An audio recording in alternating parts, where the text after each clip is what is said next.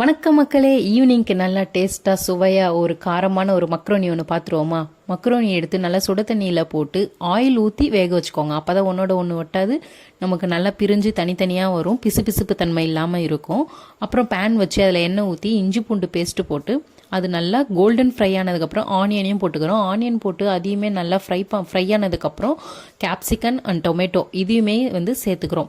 இதையும் நல்லா deep fry பண்ணிக்கிறோம். டீப் ஃப்ரை பண்ணதுக்கப்புறம் நல்ல எண்ணெய் பிரிஞ்சு வரும், உங்களுக்கு பார்க்கும்போதே தெரியும். அப்போ என்ன பண்ணுறோம், நம்ம லைட்டாக சால்ட்டு ஆட் பண்ணிட்டு டொமேட்டோ சாஸையுமே ஆட் பண்ணிக்கிறோம். இதையுமே நல்லா ஃப்ரை பண்ணிவிட்டு நல்லா குக் ஆகுதுன்னு நமக்கு தெரியும், லைட்டாக எண்ணெய் பிரிஞ்சு வரும். அதுக்கப்புறமா என்ன பண்ணுறோம், நம்ம வேக வச்சுருந்த அந்த மக்ரோனியை எடுத்து ஆட் பண்ணிக்கிறோம்.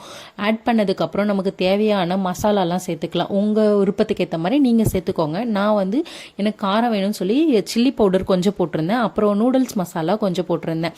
இதையுமே நல்லா போட்டு மிக்ஸ் பண்ணதுக்கப்புறம் நல்லா சூடாக சுவையாக டேஸ்ட்டாக ஒரு மக்ரோனி ரெடி ஆயிடுச்சு மக்களே.